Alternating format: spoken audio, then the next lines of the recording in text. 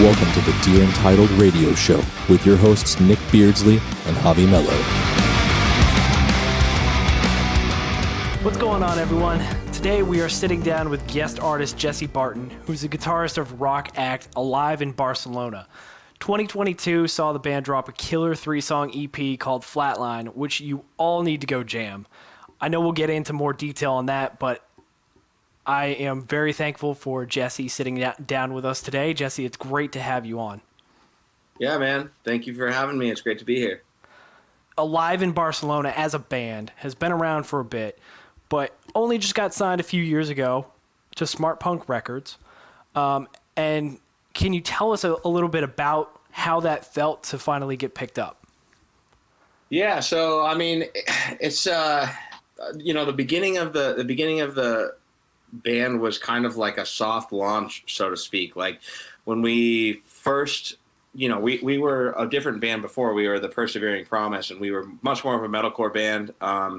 And all the same guys for the most part going into Alive in Barcelona, but myself and our vocalist, we kind of had like an experience at a pretty high level, like working for some bands way bigger than us, and kind of the level we always wanted to be at. And we just, when we got there, we didn't really feel like it was everything that we hoped it would be. And we realized if we were going to, make a career of music, that we were going to have to,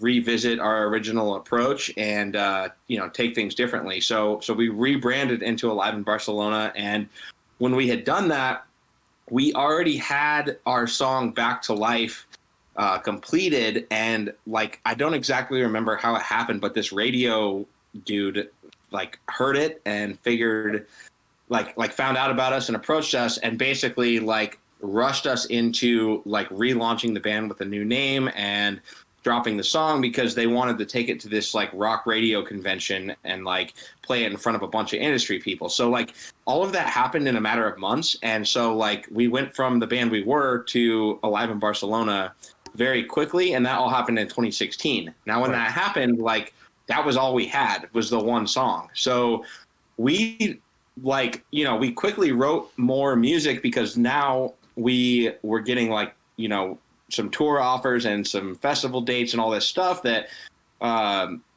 we needed obviously more songs to be able to play that, and that kind of stuff. The first show we got offered was Lacey Sturm from Flyleaf at a sold out Knitting Factory show.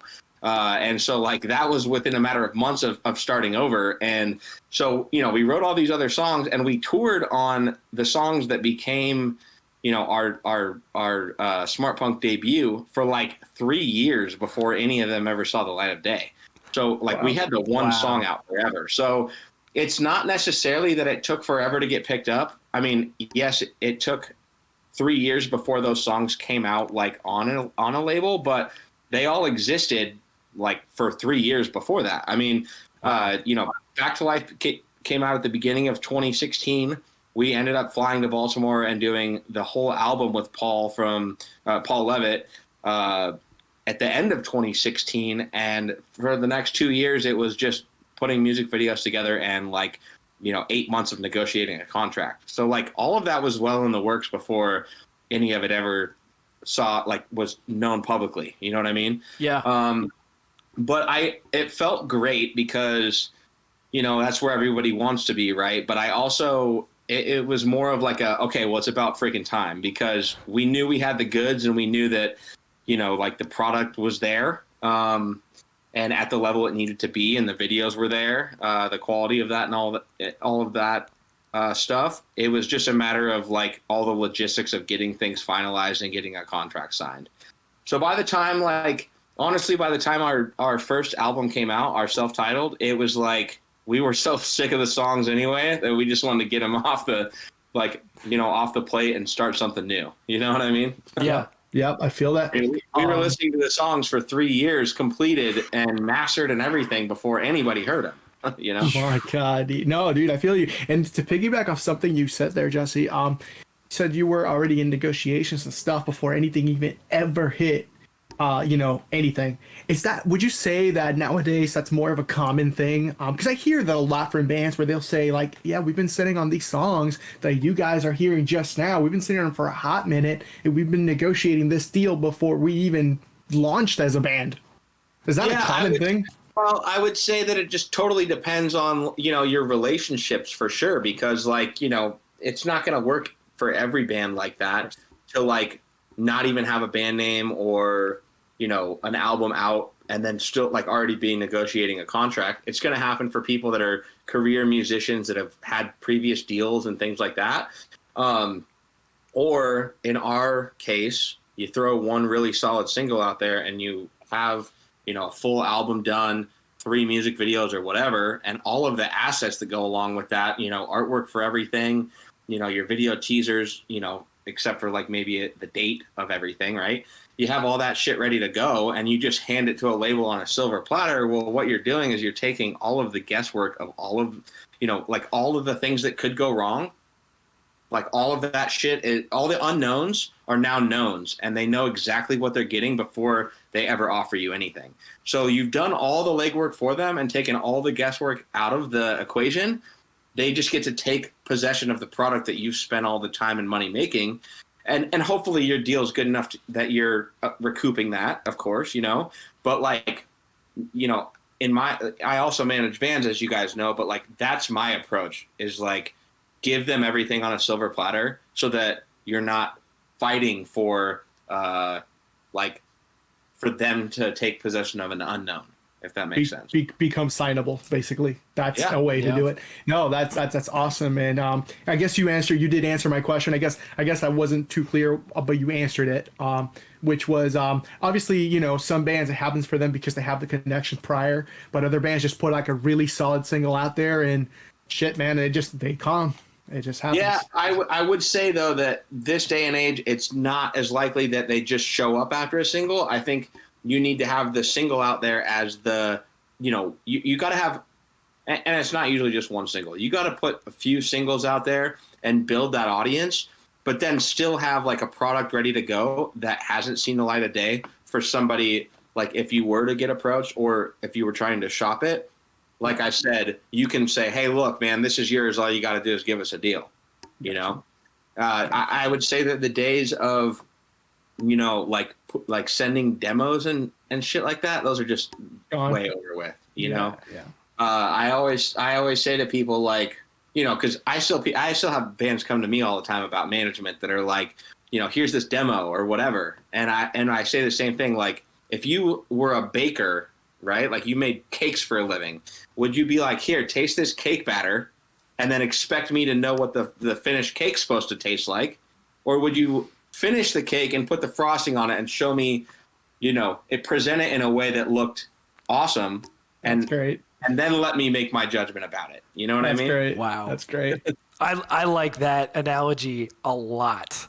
And it's great that you kind of just dove right into that because that was my next question about you working in artist management. It was, it does obviously, as we just heard, that probably gives Alive in Barcelona a little bit of a leg up on knowing the ins and outs. You had a bigger opportunity previously. So can you tell us a little bit about artist management, the company and your role? Yeah, so currently I work for Pinup Artist Management, and like I think that the way I got into this was that I just was already the guy that like did all of the logistical shit for my band anyway. Always I think a lot of people figure out the music business through trial and error, and I've got over a decade of trial and error. So, you are one of my go-tos whenever I have questions, just for everybody out there wondering. Jesse is one of my go-tos. Yeah, I mean, I've been around for a while, like I kind of started, getting into this. Like, I think that like at first, dude, I was just showing up to Warped Tours and not leaving. Like, at 2011, I went for like a week. The next year, me and Matt in my band, and at the time we had a guitar player, Phil. The three of us just got in a car, dude, with like 50 T-shirts and 500 CDs, and we were like, well, we'll see how long we can last. And we sold those 50 shirts in the first 10 hours. And so then we put in an order for 500 t-shirts and went out and we just sold all summer and made like 50 grand and like just started making contacts through that. Like, and we were, I wasn't even 21 years old yet. So wow. Like ultimately we just were like, okay, well, how can we capitalize this? So then the next year, now, in that first summer, like something bad happened where a guy that was following the tour died. And like, ultimately we ended up like getting all the other people that were hustling lines together and got them all to stop selling their shit that day and instead raise money for this kid's family so we could get his body home to his family. Right. And like through that, Kevin Lyman heard about it, came out and introduced us. Like from then on out, we had, Warped Tour passes for the rest of the summer, and like, which then allowed us to then, meet a shitload of people. So like from there, it was like, oh, you guys are the guys that got this done. And then we just kept building that to like build contacts. And then the next year we went and did the same thing again with like a van and trailer and 12 people selling shit. Right. So like through that, we, met so many people, made 25,000 fans face to face instead of just like internet likes, Yeah.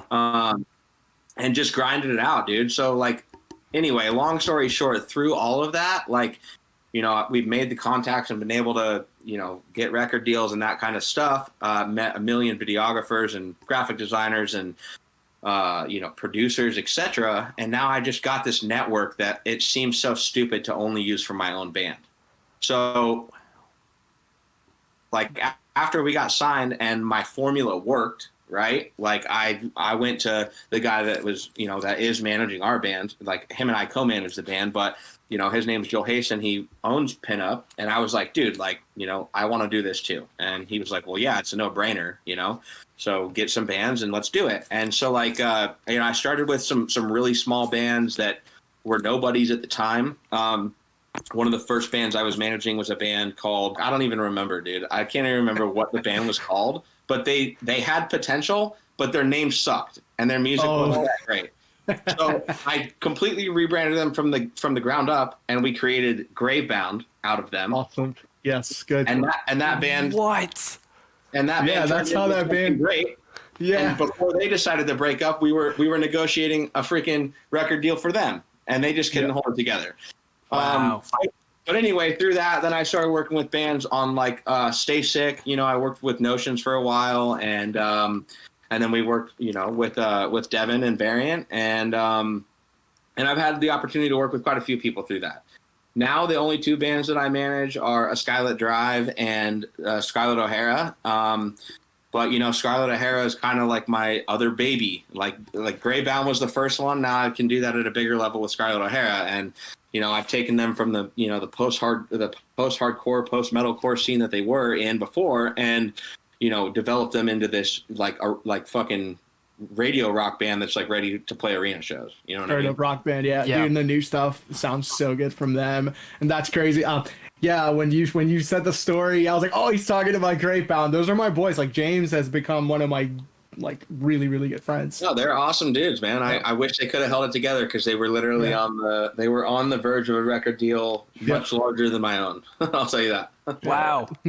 Wow. And wow, that's just a lot of cool information that, I don't know.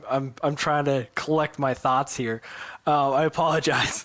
Yeah, sorry, man. I have a habit of kind of just throwing it all out there. No, I guess I hate to be in this position of just like, wow, that's a lot of dots that just got connected. That's really fucking cool. That's all I'm at. So obviously, like pulling it back to say like upcoming bands and artists listening to this. A lot of people obviously dream of like, I want to be that big one. I want to get signed. I want to have a manager kind of thing. Because it kind of implies for everyone, at least in thought, that there is some spark or momentum, you have potential. Someone cares enough to say, hey, I want to help you out, just like you're working with Scarlett O'Hara and Gravebound and everything. So, from your perspective as an active manager, do you have maybe 3 things off the top of your head that a DIY band could, focus on if they want to get seen or approached? So much of this has changed drastically from like pre-COVID and post-COVID. You know what I mean? Because like before, the biggest thing was like, okay, we're trying to get enough, we're trying to put songs together and have a great product, and then like work towards a release, like an EP or whatever it is. And it could be single, EP, LP, whatever. And like be building those numbers to where we're working towards a first week stream number that we can then approach people with and say, hey, look, we made a Billboard chart number or whatever that then allows us to get shows, tours, some notice from labels so that we can, we're using that first week sales numbers as like kind of the whole staple of everything. Yeah. Post COVID, that's been totally different because like you can't really report sales for, EPs and that kind of shit like the same way you used to, because most of that was like at a venue at a show. Yeah. So like we'd always work towards, building a 2-week tour or whatever, sell for the whole 2 weeks, the week before the release and the week of the release, and then count all those as first week sales, right? Post COVID, that's a little bit harder of a strategy, and I know that 75% of the all ages venues in the country fucking closed. So like, and I know that everybody's fighting for the same venues that are left. So it's much harder to do, a lot of that approach. I also think that because of COVID, like things became maybe more internet based than they were before. So like, I would say the biggest thing you can do is like, obviously invest in yourself, like know how these social media platforms work, know how to like create and run ad spends, and like do those efficiently, because you can definitely just like throw $1,000 up and waste it because you're not paying attention to how that's operating. Yep. And just like be, privy on all of how all of that shit works, because like as shitty as it is, like we kind of just live in an age where social media is king. Like its content is king. Like you have to be making so much content that it almost removes the ability to like put time towards making music. Like at least that's a struggle I run into all the time. But like something that I would say that, ultimately most people should be thinking about like is, I mean, it's kind of a loaded question and a loaded answer, but like, I don't like, if you think you need to go approach a manager or you need to approach a label or, anything like that, you're probably not ready for any of those things. Like just keep building the best product you can, making the best music and making the artwork and videos and everything else associated with that music, like the best it can be, so that there's no weak links in anything with your product. And when you get to that point that it's starting to build momentum by itself, those labels and those managers and those things are going to come in to play. Now, the manager aspect of that, like I'm totally okay with building bands from the ground up. Like, and a lot of people do like to do that, more of the development side of things. But what bands need to understand is that is going to cost them money out of their pocket every month. It's not going to be like hey, so-and-so band that there's 5 million of you out there. Like I see so much potential. I'm just going to do it for free for fucking ever until you pop. Like, that's just not going to happen, Like, so what I call those bands monthly bands, where they're paying me monthly to basically connect them with those, producers and those graphic designers and those mastering engineers and those kind of things, so that we can create that product and I can help them get to those steps. And ultimately, if I'm doing my job like correctly and good enough, like whatever you're paying me, you're saving from all of my network of people anyway. So I'm paying for myself, really. You know what I mean? Which I will tell you, most bands don't understand. They think that, everybody's just making a cut and they're not making anything. Well, we'd all take percentages if they made money, but 100% of zero is still zero, Right. I find that a lot of bands, especially the newer ones, that don't have a lot of experience, I find a lot of those guys, I hate to even say this, but a lot of them have this mentality where they feel like that everybody's constantly out to get them or something. Well, it's not like even that, but they also just feel like they are like the fucking God's gift to the earth, and like nobody else can do what they're doing. And the reality is that every band that is developing is a dime a dozen, Yeah. And it takes something very unique to like really make a splash that people like keep paying attention to well into the future. Like we can all have a great hit song and then just nobody hears about you again. Perfect example. I had a band show me some demos recently, and I love the demos. I love the production on the demos. I thought it was sick, but then I asked them. I'm like, guys, I like it all. I like it all, but I've heard you before. Sure. You know what I mean? What makes you unique? What makes you unique? Well, what's the it factor here? I've heard you before. You have a great singer. You have good songs, but you sound like every other band on Octane. What makes you unique? What is going to make me say, holy crap, dude, like this could be something? You know? And the answer is different for every band, and like you don't always know it until you hear it, Yeah. And I have to toss off of what you just said, Javi. If you look at previous Bad Omens work, there's a lot of people who love that band for what they were, and a lot of people who said, they're just a Bring Me the Horizon ripoff. Bring Me the Horizon 2.0, yeah. Yeah. Exactly. That's what they were, right? And I like some of those songs too, but it was just as if Bring Me like continued on with Sempiternal.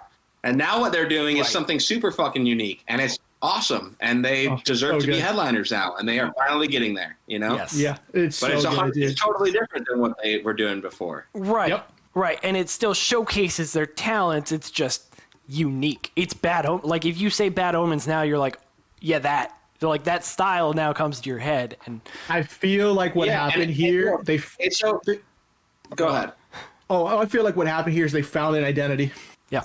So of course, and look, man, we're all guilty of it, and I don't think it's bad for bands to start off like sounding like somebody else, because like a lot of times that's how we get our first initial fan base, right? Is like that we have some influences of some other people that like make people go, oh, I hear something that I like from somewhere else, like, and maybe a band that you kind of sound like hasn't put out a record in 2 years, and so you're giving their fan base like something to listen to in the meantime. But you can't, there can't be two of the same band that exist forever. One of them's gonna win out. Like, dude, prime example, like original Day to Remember and original 4 Years Strong. They were the same fucking style, right? Like basically pop punk goes hardcore, like now it's been so long that we think of them as entirely different bands. But back in the day, like when they were first coming out, synonymous. Both of them from Florida, both of them in the same scene. They're, one's going to win it out. Then they finally went their own directions and became their own thing. We all know who's the bigger one, but they both found their unique identity and like made a career out of it, Yeah. So you have to do that. You have to do that at some point. Otherwise, you're just going to, I mean, dude, you guys remember like the heyday of Joey Sturgis when like literally all the fucking kick and snare and all the tones were all exactly the same. It was like, enter band name here, and then you get another Joey Sturgis record. I mean, there had to be like fucking 70 of those bands, and like there's probably a dozen of them that like stood the test of time, Yeah. because they all found their own identity. Right. Even if the Sonics were kind of, good old kick 10 snare 12A. Let's go. Exactly. That's exactly what it was. I love it, dude. I love it. I sometimes sneak them in. You gotta. So you lead me into the next question here about it dives back to Alive in Barcelona. So you had kind of explained that you were sitting on the songs, and then you went kind of put them into the full length in 2019, and then obviously pandemic hit, and now we're here. You have a 3-song EP. Obviously I want to get a little more into the grit with that content, but just in terms of a industry perspective, like you were saying, things changed from pre-COVID to post-COVID. Do you think it makes sense now to still record a full length, or is it just the singles game? It's such a hard thing, because it depends on your situation, right? Like ultimately bands that like have it already have a deal and stuff, they kind of are stuck making albums because we all signed a commitment to a certain amount of albums. Like, for my band, we've only put out one full length. Our EP didn't count towards our commitment because our commitment was 3 full lengths.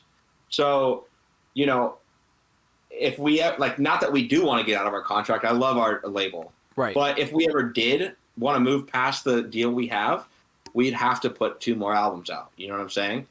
Now we can do some cool things because I've got great people at my label that allow me to put out whatever I want, like an EP or some singles here and there, whatever, and I can have them on separate accounting from our recoupable balances and all kinds of shit. Like, it just depends on your relationship. But I would say for bands that are unsigned and don't have a big fan base, I wouldn't waste the money on an album right now. Like, it just doesn't make sense. Like, what's going to happen is you're going to put 10 songs together. You're going to make videos for 3 of them, and then nobody's going to give a fuck about the rest of them because people are so narrow-minded and have such attention span issues that they're just going to move on to the next video and the next 15-second clip on TikTok, So I would say instead of spending all this money and resources recording 10 songs, spend that same amount of money making your 3 songs you're going to make videos for that much better and having that much more content for all of those songs and that much more money into the marketing of those 3 songs. Because it really just takes the one song going viral on TikTok or whatever for your band, your whole career to change. We just, especially in this age where there's so much content that we're all competing against, a DIY band does not have the funds and resources to promote 10 songs. Have 3 or 4 of them that you're going to promote, or if you're going to have 10, spread them out over a fucking year. Put one out every 6 weeks and continue to put the money that you would spend normally into each song at each time. So yeah, it depends on your situation, but I would say, dude, quality over quantity is the total goal right now. That's awesome. I think that's we've been with Scarlet, dude. We haven't, we have 16 songs ready to go. There's more than an album there. There's 10 videos ready to go. Wow. But like I said, we're gonna save those for when the time comes that we get the deal we want. That we can go, all right, well, all this work's done. You go ahead and take possession of it, and now you use your endless resources, 11/7 or whatever or Better Noise, I guess they are now. Yeah. You use your resources now to promote all of this and make this whole record a hit instead of us spending all our money to make a single work here and a single work there. You know what I mean? Yeah. If we took all of those songs and we dropped them ourselves, it would be a waste, in my opinion. Right. Yeah, it definitely comes down to, you said it, knowing the platforms, getting your content to land, grab people's attention, and if you're focusing just on that for even 3 singles, that's a full-time job. Full-time job, dude. And I'll tell you what, man, I'm guilty as fuck about not being good enough at a lot of that stuff. I was not getting on the TikTok train at first because I was just dude, I can barely keep my keep up with all the other apps I gotta pay attention to. That's me.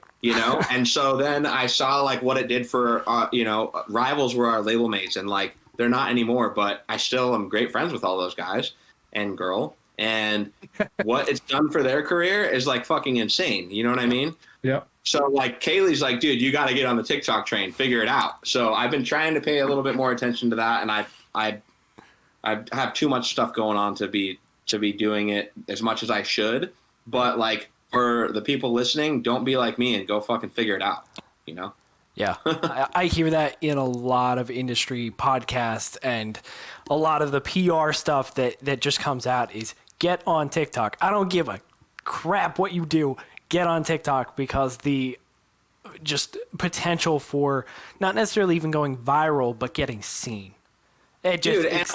And also my buddy Joel Wanasek, he's got all these bands he's working with, and all of them are doing this TikTok shit. And he called me a month or 2 ago and was like, dude, TikTok's a new platform with all these new people that have probably never heard of your band anyway. So just because the song's 3 years old doesn't mean that you've already hit your audience. Like, promote all your old songs, make content for all those, do little fucking 1 minute clips of like you guys practicing, and then like dub the song over it and just see what happens. Like, you can take all the shit we can all take all the shit we've spent all this time and money on in the years past, like the last decade or whatever, and we can turn that into new 15, 30-second clips or whatever, you know? We don't have to go at the wheel. We can use what we already have that hasn't seen its true potential yet because we have a new platform to be able to release it on. You know what I mean?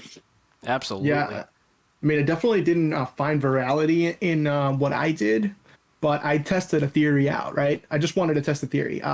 Got a little studio project going on, just for fun, you know, with some of my best friends. I was like, okay, check this out.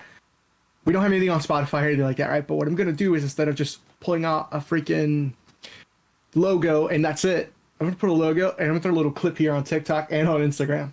And I'm going to throw a little clip here and another little clip there. I didn't find virality with it, but I definitely got engagement very quickly, which is like...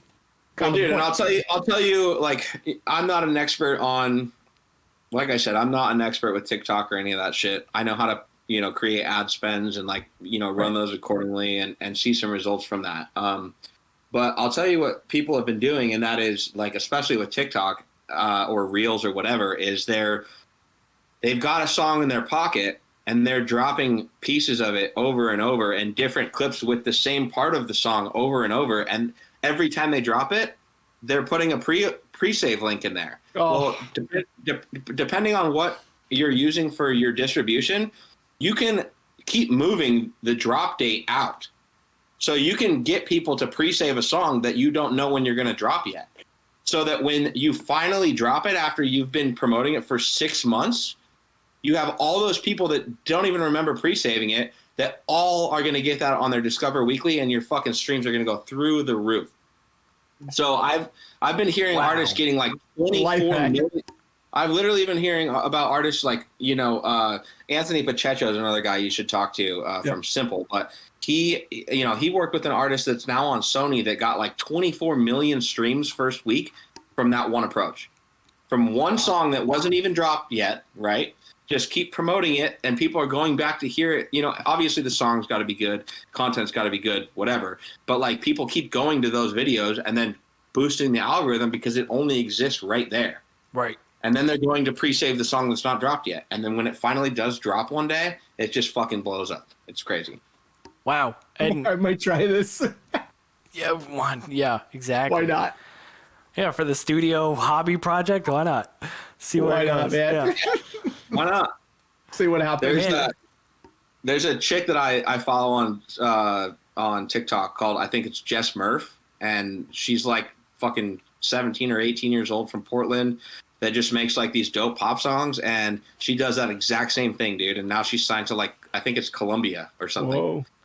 All from TikTok, songs that don't even exist on Spotify yet. Right. know? Right. Yeah, it's that potential that you have prepared, but you're just kind of pushing that culmination out. Yep. Promote it until you've got that. And look, it's not going to work for everybody the same way, but like, it just shows you the ideas are freaking endless, you know? Yeah. You just have to be creative and like think outside the box a little bit. Innovation, man. Times like these, man, it breeds innovation. Ironically, I've heard a few incidents of the opposite, and obviously the negatives always kind of, the opinions outweigh the positives. But I've heard people posting it to their distributor, whoever they use, and they put a clip on TikTok and it gets taken down because technically it's already exists. So they get the content takedown and they can't hear the audio, and then it just doesn't go anywhere. Yeah, and there's ways around that, right? Like for, I had to talk to Kaylee about that too, because, she was posting all this rival shit, and like, for one, they own all their own stuff. So they're not fighting with a distributor or whatever. Yeah. But like for my band, for example, right? Like we put songs up, we have to go find our song in the sound library. Well, sometimes it's not the part of the song that we want to use, right? Like, cause there's only 1 minute clips up there, but there's ways around it. Like I talked to TikTok about it, and they, like, you can set up meetings with their ads managers and like ask them questions and shit. So I did that on like how to make it so that we could use the right portions of our songs or how to get around it. And like, you can just add the song in there and then turn the song volume down and then like have the song play in the video that you upload, right? To get around that so that they think like, okay, well, you know, it's not copyright because they added the song, even though it's only the audio that you added to your video that you're listening to. You know what I mean? Gosh, Dude. dang, bro. Well, that's the first thing he said is you can talk to ads managers at TikTok. That alone is massive.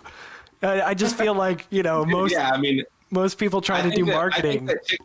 I think TikTok hit me up about it, and I was like, well, yeah, that sounds cool. Like, let's set up some fucking Zoom calls. And I had multiple Zoom calls with them, and they're like, dude, they'll fucking help you set up a campaign, and like you can have your own personal person there for like months.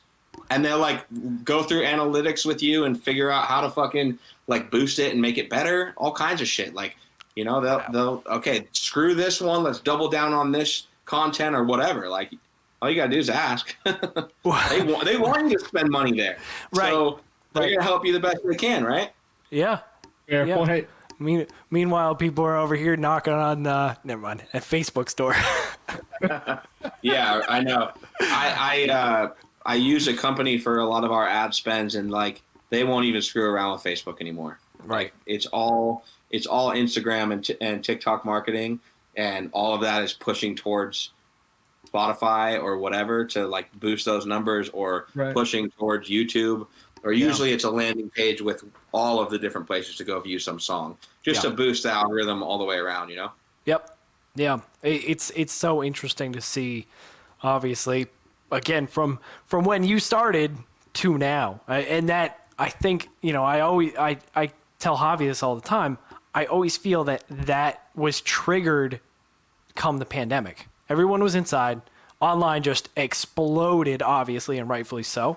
And this is the new normal. And look, if you're a local band, if you're an upcoming band, you have to learn to adapt, because that's just part of the industry. That's part of the process. Yeah, ultimately, look, we all got into this because, like, at least for me, dude, I just wanted to play shows. I could give a fuck less about, like, the internet stuff. So, like, the goal isn't to stay inside forever. The goal is to build an audience so that people actually come to your shows. But in the meantime, like, while you're not playing shows, make sure that people are, like, finding out about you on the internet and finding out about you on these social media platforms, and keep building that following so that your shows get bigger and bigger. You know, I've been around Kevin Lyman like quite a bit, like over the years. And that's awesome. At NAMM a few years ago, I went to like one of his little speeches that he was giving, you know, like one of the classroom pieces. Yeah. And somebody asked him the same thing, like, well, what can I do? And the thing he said, like, has always stuck with me. He says, be the biggest band in your own backyard. Like, you don't need to, you know, be a band. Like, it makes no fucking sense this day and age to just go, like, book a big-ass tour and go on it. You're going to go broke. Your band's probably going to break up, and you're going to accumulate so much debt that if you don't break up on the road, you're going to break up when you get back. So, like, it just doesn't make sense. So, like, go play a big-ass, you know, keep building that following in your backyard, and your backyard doesn't just have to be the city you're in. It can be the next town over, and, you know, like, for the Northwest, like, you know, there's 10 places to play in like all of the state of Washington, right? But that covers like, you know, fucking like 10,000 square miles or however fucking big Washington is. I don't know. Right. Probably way too big. But anyway, like Googling how big Washington. You can go do, you know, 5 shows in the state of Washington, and like that can kind of be considered your own backyard, right? But like, don't just go book it all in one tour. Like, you know, become the big band in your city, and then find the big band in the next city next to you, and then swap shows with them. Let them come open for you. You go open for them. Like, and then go do that on 3 days, and then go do it on 5. Like, start as a weekend warrior, right? Like, where you and the other two bands that are the biggest in their cities, like, all swap shows and like make that work and build a following. That was the thing to do back in like before my old band. You know, we were all in bands at some point. Like before my old band broke up, that was the thing to do right there. Like you said, be one of the, if not the biggest band in your local scene. Find the next one a state over. Trade shows back and forth. Yeah, and just keep doing that. Like, and it doesn't have to be, you know, like all you have to do is make sure that like you're building a following, you're moving forward, right? Like the other thing doesn't make any sense. I see bands go do this tour and then never do one in that area again. Like what? I can't remember who told me, but they're like, why would you ever go play a show anywhere once?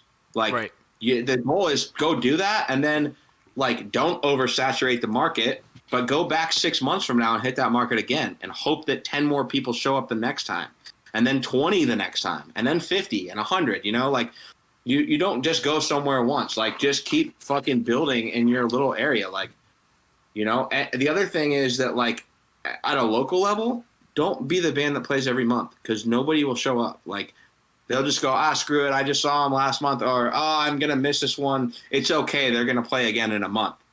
Instead, do it like every 4 months, every 6 months, you know, like when you do it like that, people don't want to miss the opportunity, the one opportunity of the season or, you know, like for my band, dude, like we live all over the country. So we didn't play a show from 2019 until October of this year. I don't recommend going that long, but I'll tell you, dude, you know, when we played our first hometown show since we dropped our first album, like it was fucking sold out like that. You know what I mean? Yeah. I think I still post about it. Yeah. We made 5 times as much money as we normally do because it was the only show and nobody was going to miss it. You know what I mean? Yep. So it's like, don't oversaturate your market. Don't like try to go be a fucking rock star and tour the world without the following because you'll just hate your life. Yeah. And, you know, like stay humble, help other bands. Like, don't be like, I don't know why there's such a competition that everybody shits on all their fucking, you know, their other local bands. Like, you should all be trying to bring each other up. And when one succeeds, like, you all succeed. You know what I mean? Yeah, it's take it from other genres. I believe it's in another podcast I heard Tyler Smith say it the best. It's like people will cannibalize each other before their careers even like taken off or something along those lines. Oh, I'm sure. Yeah. Yeah, absolutely. I see it every day. So the what I'm getting, because one of my things I was going to ask you was, you know, how management, you know, a DIY person is excited about the music industry, wants to get into management themselves, might be in a band, that kind of thing. The biggest point that you're making right now is, one, kind of learn your market, and two, just network. It boils back down to network. Be a nice person. It's all networking. Like it literally is all networking. And you know, it changes as we get more technologically, you know, advanced or whatever. And like people exist online more than they do in person. But like, dude, all the guys that are really running the show, like, you know, all the dudes that have been making the calls for the last, like since we were high schoolers, those dudes all just talk to each other, like literally on the phone, not text message and fucking social media, you know, like Messenger and shit. Like it's phone calls and like old school email and stuff. You know what I mean? Yeah. Because they've had those relationships for a long ass time. Like, you know, and I feel like the whole generation after me, like after us, dude, they don't like, I don't even know kids, like if kids use email anymore, you know, or actually call people on the phone. I think they just text people. I don't know. So man. Like that makes for very shallow relationships. I don't necessarily like suggest that either. Like, take the time to like call people on the phone and like get to know each other. You know, I work with a few different booking agents, and like the one I like the most is like she calls me. We talk on the phone so we can like, you know, understand how we're feeling about shit instead of like trying to decipher demeanor through text message. You know what I mean? Like it all boils down to relationships and networking and like continuing to cultivate that relationship over time. Like you never know where someone's going to end up 10 years from now, you know? Yeah, absolutely. Yeah. And that's the coolest part. In fact, I have a friend of mine that I've known since she was in junior high school. In fact, she skipped her senior prom to come run lights for my band when we were opening for In This Moment. Oh, right? Wow. Wow. I mean, this is so far back in the day that In This Moment was playing in like a 500 cap venue. It was like ridiculous. Right. She skipped her senior prom to come run lights for us and do that. And right then and there, she knew she wanted to be in the industry forever. Right. Well, here we are. That had to be 2012 12 probably or something. Like 2 months ago, she got hired working at Unified. So she's now like running projects for like the bands that she grew up listening to because she never gave up. And now I've got a friend of mine that works at Unified. Like I said, you never know where people are going to end up. So, just because somebody can't do something for you right now doesn't mean like, hey, screw them. Like, I'm not going to waste the time on a relationship. Like, no, just be a good person to everybody, and like it's going to eventually pay off. You know what I mean? Even that local band who opens for you that you're like, they're not that great. Make the relationship. Who knows? One of them could be running something someday. You never know. You just never know. Yeah. Seen it happen a few times already. A guy that, certain person in a band that gets overlooked completely. You blink, the bassist, and this person's like absolutely slaying the industry. Oh yeah, I've got buddies of mine from the local scene here that like grew up with Matty Mullins playing in a local band here, and nobody gave a shit at the time. And then, he's working at the local Hot Topic with one of my friends at one point, and then next thing you know, he's in Memphis Mayfire and like, arguably the biggest dudes in the scene. Yeah. You just never know. Well, let's talk about Alive in Barcelona becoming one of the biggest dudes in the scene. I mean, you guys... I don't know if we can go that far, but I do appreciate that. I mean, you guys have already landed on Billboard, which is a lot more than many bands most can say in general. Everyone equates Billboard with... I guess recently Falling in Reverse or, Disturbed or Metallica. It's like, oh, yeah, they're always up there. But you guys, like, got pretty high up there, and that's, that's something to brag about. So you're already established. You've seen some production, out of what you're doing, the hustle. So a huge congrats on that, obviously. Thank you, man. I definitely think we got plenty of steps to go, but we aren't at the bottom either, which is nice. Correct. Yeah, and I would say, numbers don't necessarily matter either, I guess, unless it's a streaming thing, unless it's like you said, you lean towards having more in-person relationships. So it may not appear online as you guys are gigantic, but you have the fan base exists. I'll say this. Yeah, dude. Like, I know that no matter where we play a show, people are going to be there, like here's what it is for us, dude. Like this was a passion project for a long time, and everybody wants to make it and be a rock star and make $1 million and all that. But like the reality is it doesn't happen for everyone. But when you can remove the financial burden of making music from the equation and your music pays for itself and your project pays for itself and you can just like sit back and be creative, like, we got families and all kinds of shit. Like that's successful in our eyes, if that makes sense. Yeah. Now we always want to go and be, play the next big show and build a bigger audience and have more streaming numbers and get a bigger check and all that. But like, having music pay for itself is definitely like not a bad place to be in. You know what I mean? Yeah. Yeah. I'll say this much. Word about you guys has somehow been spreading hard because one in like maybe 5 or 6 kids that I'll talk to, whether it be a band that comes to the studio or just whatever, I'll say, oh yeah, Live in Barcelona. I will literally get, yeah, they dropped some new singles this year. It was fucking sick. Like, they'll know about you guys already without me saying shit. Right. Dude, I kid you not. It has happened like numerous times already. That's awesome. That's good to hear. Yeah, that's very good. I've definitely seen a lot more chatter across the forums that I follow too, and well, it definitely helps when we drop some new music in the first time in 3 years. That will usually get the buzz going again. Right. You had the show, you had new music, and that's really what I want to get into here is Flatline, the EP dropped in 2022. You hinted that there wasn't really anything beyond this. This was more of just hey, we got to get music again. But is there an album coming off of that? Maybe? Yeah, so I mean, it's not that there. I mean, I don't know where that came from that there isn't anything beyond this. That's not necessarily true at all.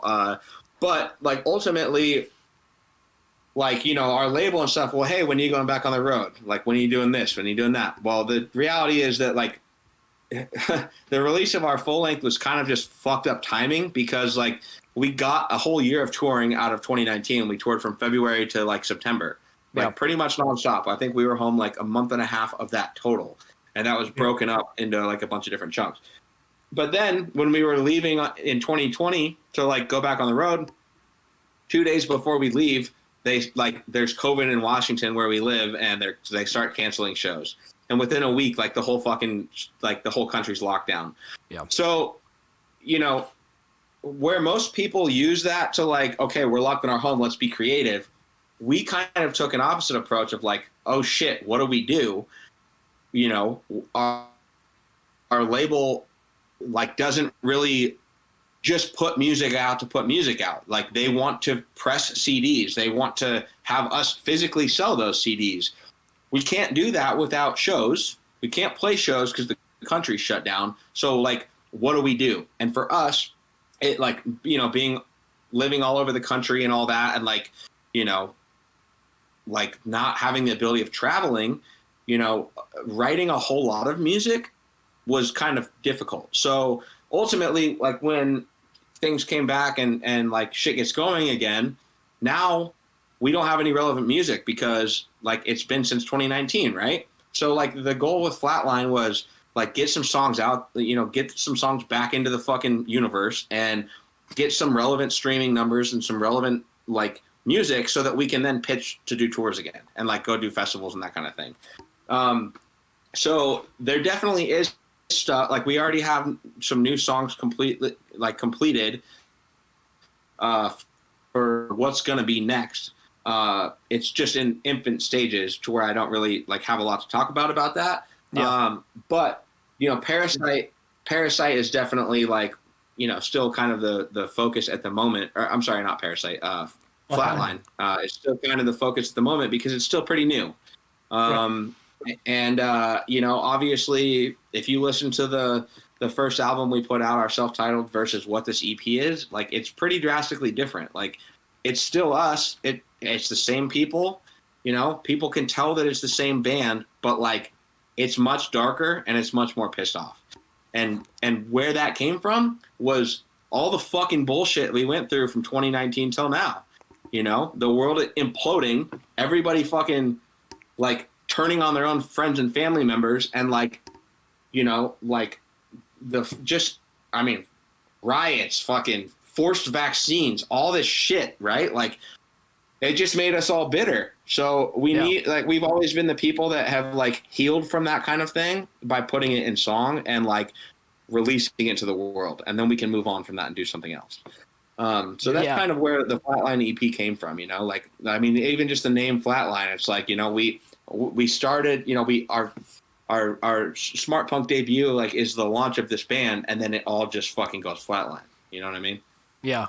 I was, obviously doing some research, and as newer material came out, you had a couple good articles and interviews come out, and your vocalist, Matt, had, I think, stated a few things. He said, it's pissed off pandemic material, was his quote. Yeah. And then, from the band vision of inspiring hope in those who have none, rule number one of life is that you never face a demon without a guitar in your hand.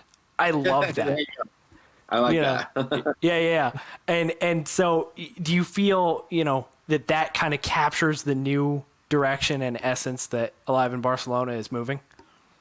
Yes, I do. And, we can get into like the process of writing those songs and the co-writes and all that. But like, ultimately, I think that when we did our first album, we had this idea in our head that we kind of needed to like sound a certain way or be a certain amount of radio friendly and all of that. And like, we kind of always rode this line where it was like,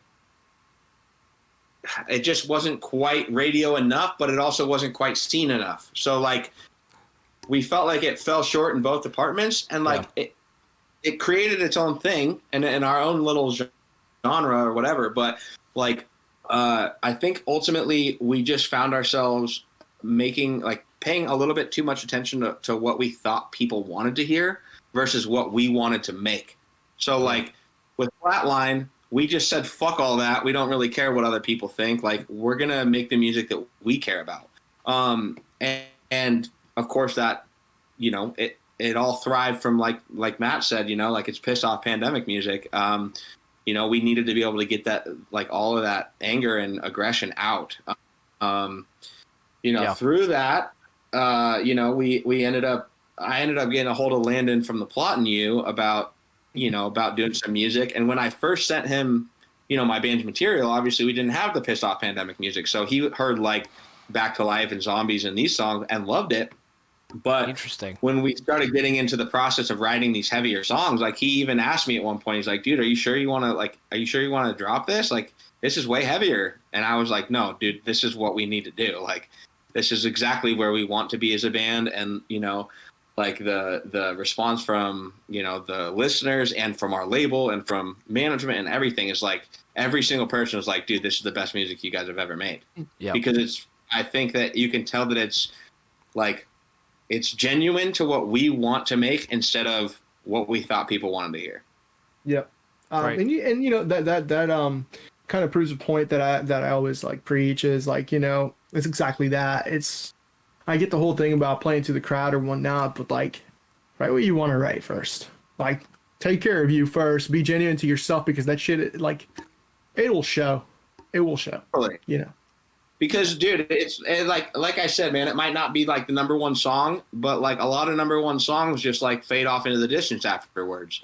Yeah. Or there's going to be another number one song after it. But like you write, like, dude, one of my favorite albums of all time is Deja Entendu from Brand New. Like it's raw. It's not produced super amazing or any of that, but like every song is amazing. And like the core listeners that listen to that will literally listen to that until we're on our deathbed. Yep. Like we don't have to just be in the scene in the moment to care about that. Like it's permanent listeners. Like, and what I'll tell you about like all of the music that we've released is like, dude, my streams never go away. Like it's not just like a flash in the pan and then like they drop off. Like we just keep, like, no matter what, I can count on a certain amount of streams every month because people like hear that it's genuine, Right. Yeah. Right. It's substance. It's substance. Yeah.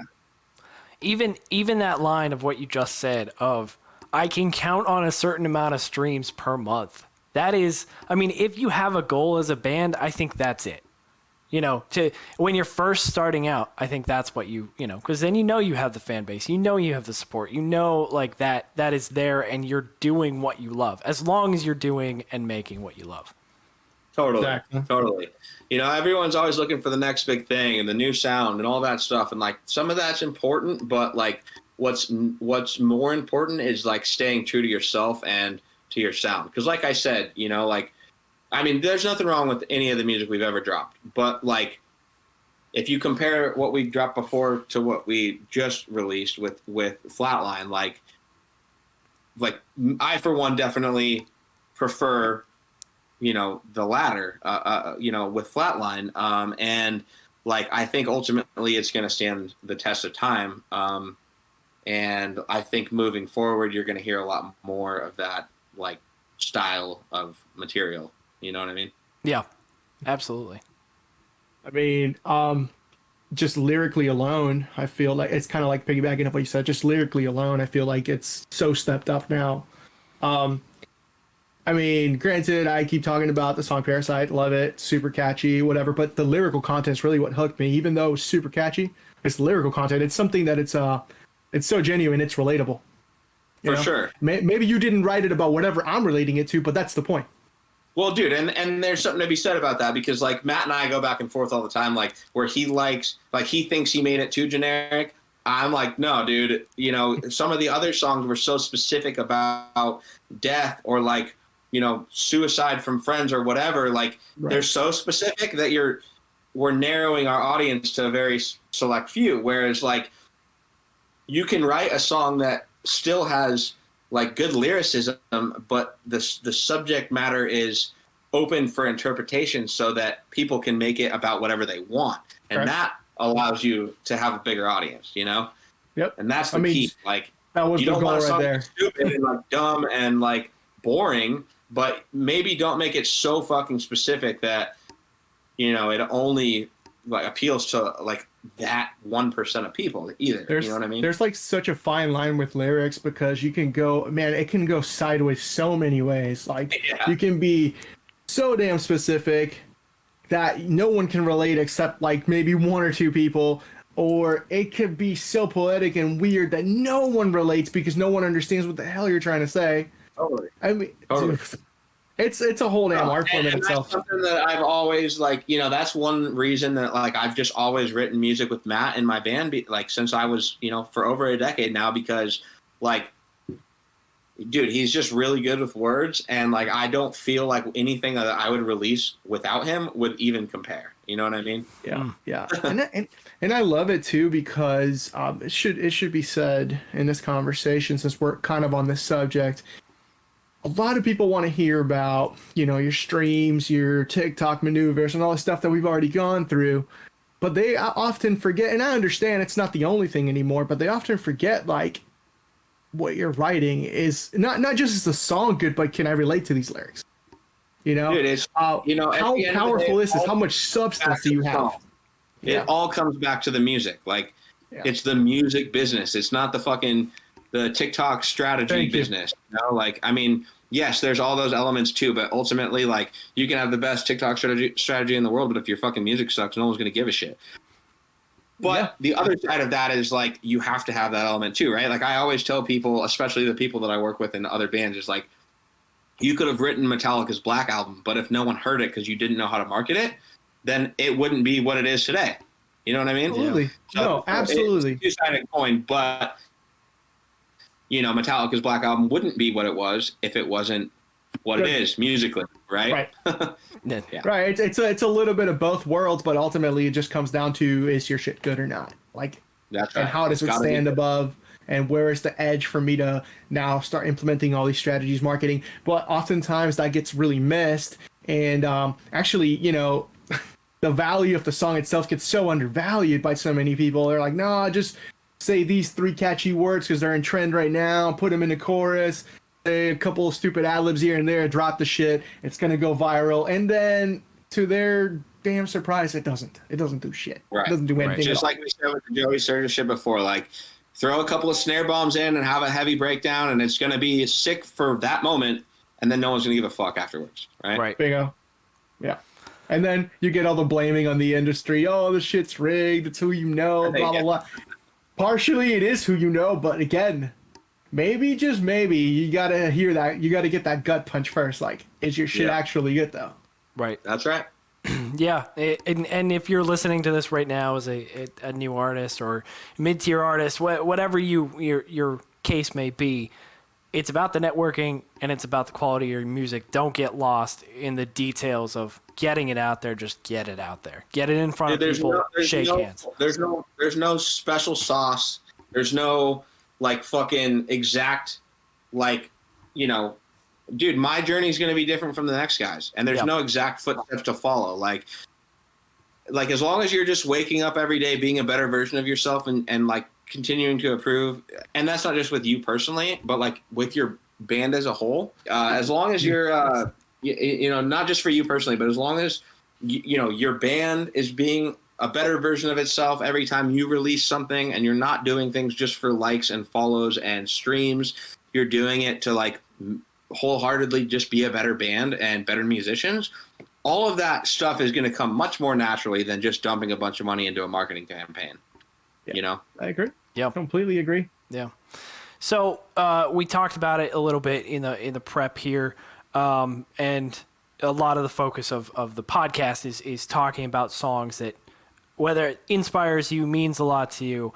And we've already started digging into really the 3 songs that you want to focus on are the songs from the EP Flatline.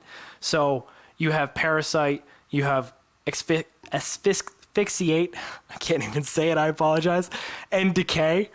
I was running over the X there. That's all right. But can you kind of dive into whether it's, you know, a few aspects from those tracks or just the entire EP that really kind of is you at this point in time? Yeah, I think that, we've obviously gone over the broadness of it with like the, pissed off pandemic music or whatever. Yeah. But like ultimately, I think that we as a band started feeling a lot of like, we started feeling disheartened with like, the state of the music industry as a whole. And that's not just like the business side of shit. Like it was like a lot with the fans, a lot with, you know, like the people, like, dude, we all had little run-ins where some fucking dickhead on the internet tried to cancel one of us or whatever because they were mad and they wanted to jump on the fucking cancel culture train, which like really kind of fucking pissed us off because we've always been, the people that like make music for the people that are broken and like try to like be the guiding light at the end of the tunnel. So like to have that happen to us after like a decade of just being there for anybody and everybody was like, dude, what the fuck? Like, why are we even screwing with this anymore? So like we were a bit disheartened with that. We didn't know like how to move forward when we felt like we couldn't play shows and we couldn't like write an album or whatever. So like a lot of it was, and then also like there's a part of this, like there's an element to all of this that has to do with the fact that like, we're all getting a little bit older. Matt's got 3 kids now. 2 of those kids were during the pandemic. And like, from his perspective, he feels often that he's holding the rest of the band back because, maybe he can't commit to like all the shows that we used to do before.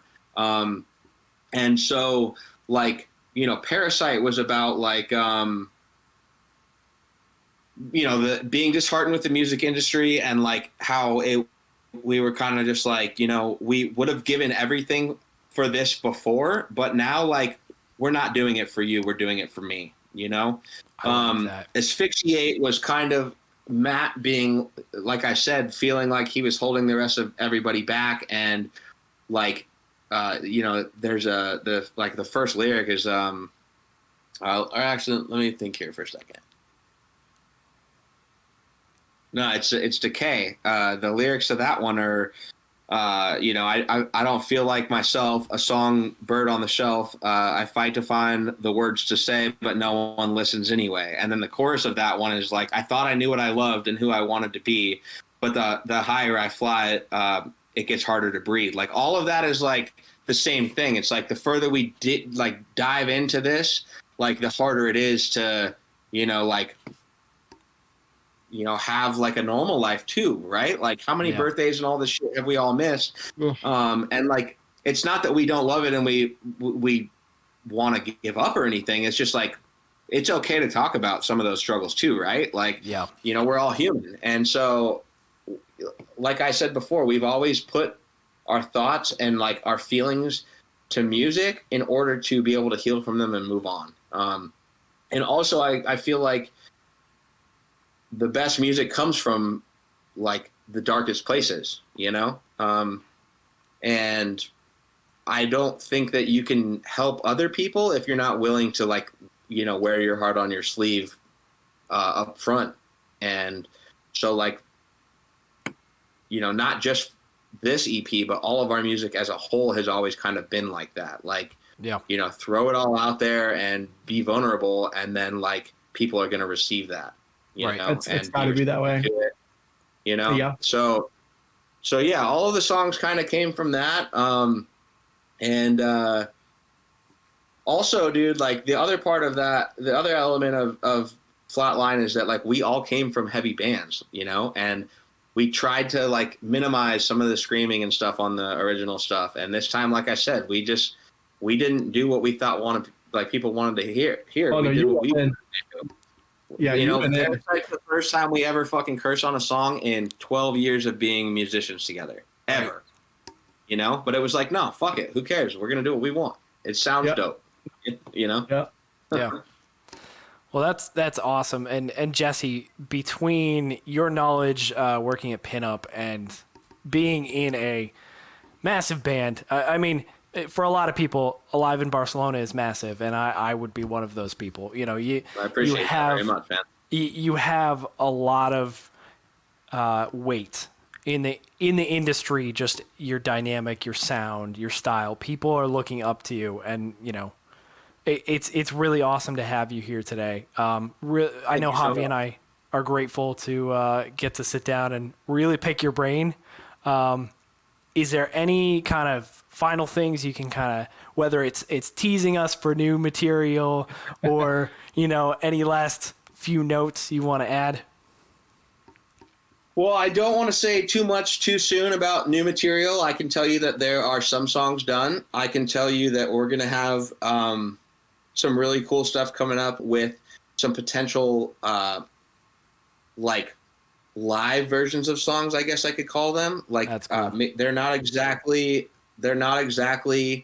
in front of an audience, but we did this really cool thing called Live from Somewhere that was created during the pandemic, where some friends of mine, actually the people that shot the video for Decay, they created Live from Somewhere, which was supposed to be a concert series, like an internet concert series that people would play a live show, but without the audience because people couldn't go to shows, and people could still enjoy the live music from, the comfort of their own home.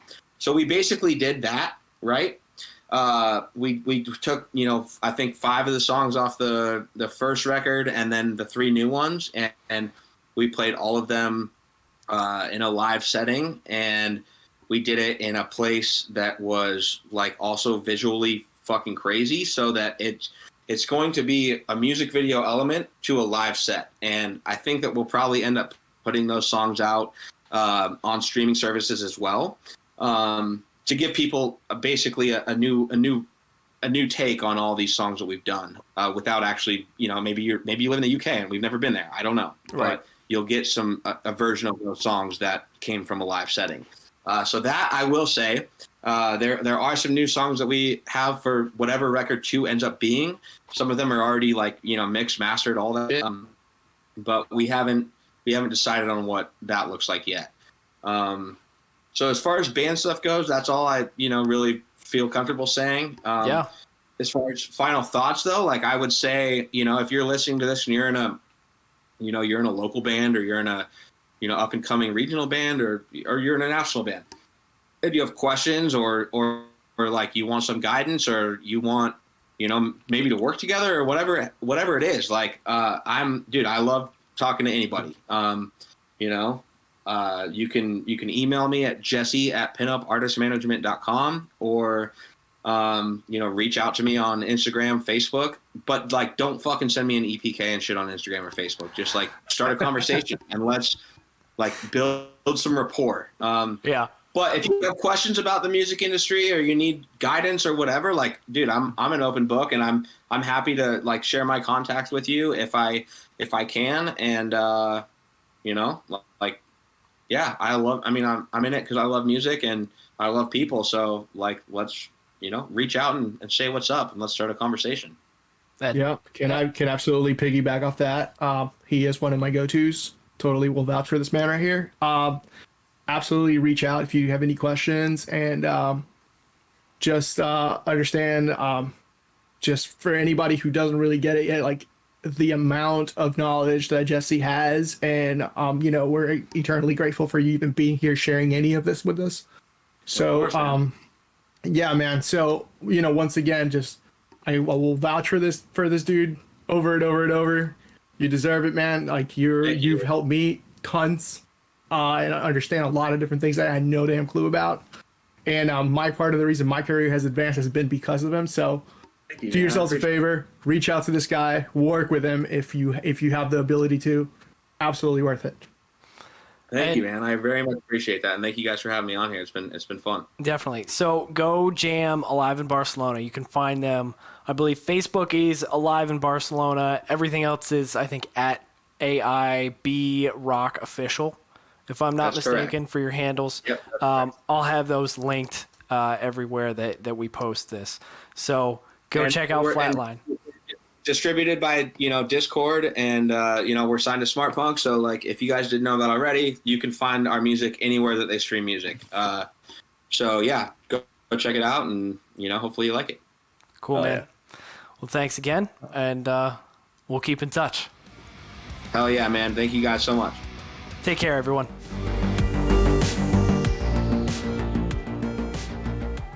Dear Untitled, here for the artists supporting the creatives.